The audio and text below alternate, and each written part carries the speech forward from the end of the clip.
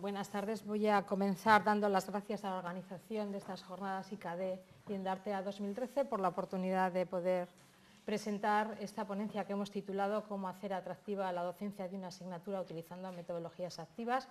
Como bien ha dicho Susan, yo soy María Victoria Esteban, pero aquella es Marta. El chico nos ha abandonado en la tarde. Bueno, lo que voy a presentar aquí no es nada más que la experiencia docente que hemos llevado a cabo en la asignatura de econometría. Quiero contar las estrategias docentes que hemos llevado a cabo y el material que hemos generado en estos últimos años de su docencia cuando estábamos en la licenciatura. Ahora mismo está adaptada al grado. Desde el año 2004-2005 ha pasado por todos los programas de innovación docente que la UPV nos ha ofertado, por el AICRE, por el SICRE, por el IBP.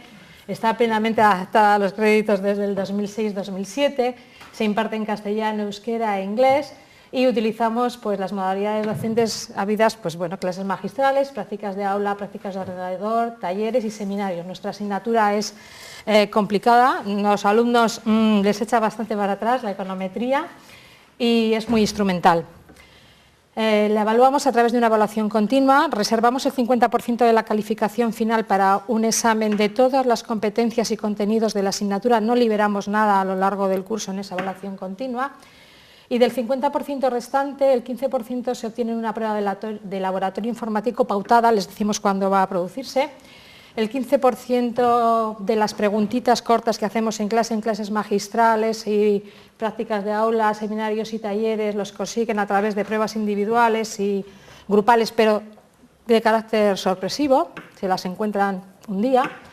Y reservamos un 20% para la realización de un proyecto en grupo a lo largo del curso, un proyecto pautado en los que ellos proponen el tema, encuentran unos datos, lo validan, luego lo tienen que entregar en forma de informe profesional y lo tienen que defender delante de sus compañeros.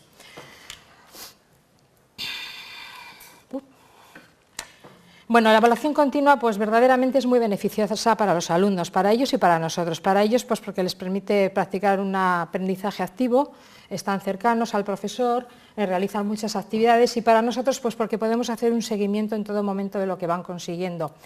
Y eso nos permite alegrarnos de sus logros y poderles ayudar cuando no consiguen llegar a ellos. Pero no todos son bondades en la evaluación continua. La evaluación continua también da problemas. El primer problema es que les saturamos de trabajo a ellos y nos saturamos de trabajo nosotros mismos. Luego les llenamos de pruebitas y ellos, yo creo que con tanta pruebita, primero tienen una presión terrible, segundo piensan que sus buenas calificaciones, aquellos buenos alumnos se van a volatilizar en el aire porque es difícil obtener el máximo en cada prueba.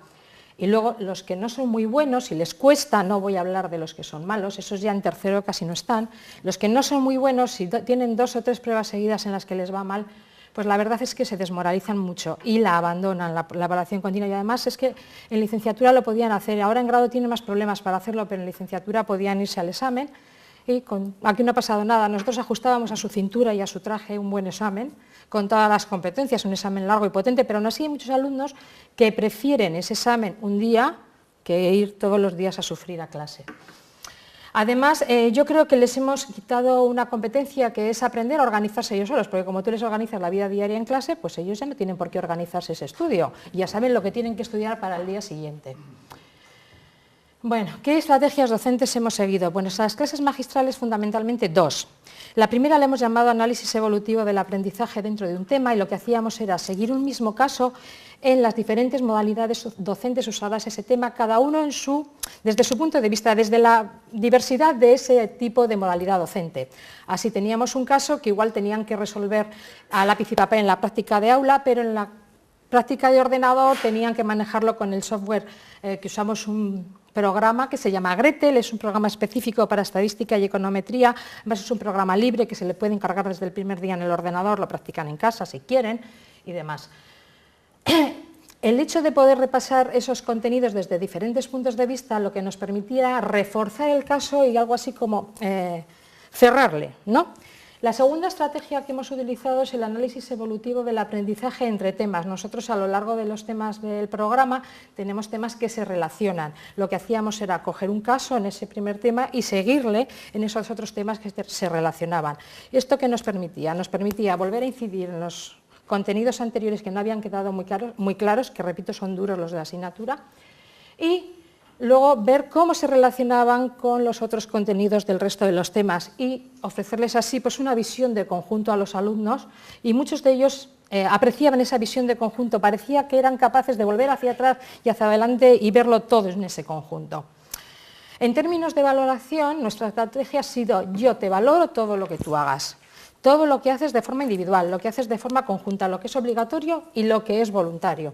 Y además lo hago rápido, la retroalimentación era rápida, muchas veces corregíamos las preguntas cortas en el mismo momento del tiempo, al final de la clase.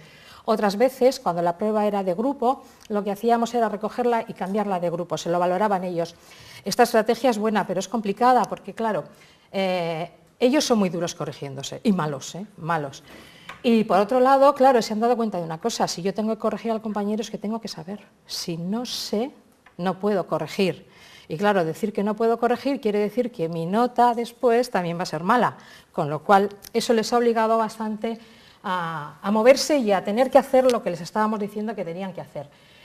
Y otra cosa que hemos hecho es mucho debate. En los seminarios y los talleres terminábamos de redondear el caso del tema que habíamos visto y tenían que debatir sus argumentos de por qué una postura o por qué otra, por qué una decisión, un método de estimación o por qué un modelo, y tenían que aguantar el chaparrón del resto de los compañeros que les podían decir: pues yo hubiera ido por este otro lado. Además, les hemos ofrecido posibilidades de autoevaluación, les hemos ofrecido ejercicios de autoevaluación online y trabajo en wikis de econometría. Luego contaré sobre ellas. En estos años hemos generado mucho material docente, pero claro, es que no nos quedaba otro remedio, porque la asignatura por un lado se nos iba al grado y por otro lado nos quedaban 2 años de asignatura en extinción con evaluación y unos alumnos, un montón de alumnos, entre ADE y economía, alrededor de 800 alumnos huérfanos. No tenían docencia presencial, pero había que evaluarles. Hemos generado material, digamos, notas docentes que aparecen en la plataforma de Sarricón, pero también tenemos material generado en el OCW, material de nuestra propia asignatura y material de otras asignaturas colindantes que los alumnos van a necesitar cuando llegan a la econometría y no tienen docencia de ella para poderse evaluar de una manera razonable. Además, hemos generado material para trabajar en el software Gretel, porque en la docencia en extinción le seguimos examinando de esa competencia específica de manejar ese software y de entenderle.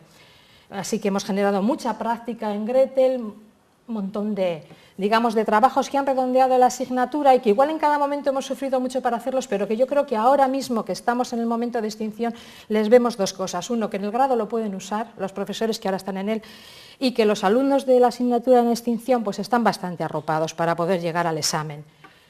Pero desde luego nuestra estrategia docente mejor ha sido el proyecto. El proyecto yo creo que ha sido una cosa muy buena tanto para ellos como para nosotros. Han trabajado en grupos de 4, tenían que proponer el tema, algún tema de interés, por ejemplo, cómo se determinan los precios de la vivienda en la Comunidad Autónoma del País Vasco, o por qué es distinta el precio de la vivienda en el País Vasco que en Andalucía. Tenían que buscar la base de datos, tenían que proponer por qué unas variables sí, por qué otras variables no, qué modelo utilizar, ver cómo evolucionaba ese modelo y esas variables que creían que igual tenían 20 al principio y luego se les han quedado en 3. Tenían que formalizar todo ese trabajo, escribirlo, entregarnos un informe profesional y además tenían que defenderlo delante de sus compañeros y además nosotros elegíamos quién defendía qué parte del tema, o sea, ellos iban un poquito allí controlando completamente el paquete que ellos tenían que llevar. Bueno, el hecho de que hayamos hecho este proyecto yo creo que les ha permitido a los alumnos que verdaderamente tengan la visión conjunta de toda la asignatura, porque se les ha generado dudas que en los ejercicios de las prácticas de aula, de las prácticas de ordenador, no les surgían porque las habíamos igual nosotros solucionando a base de preguntas y en el enunciado.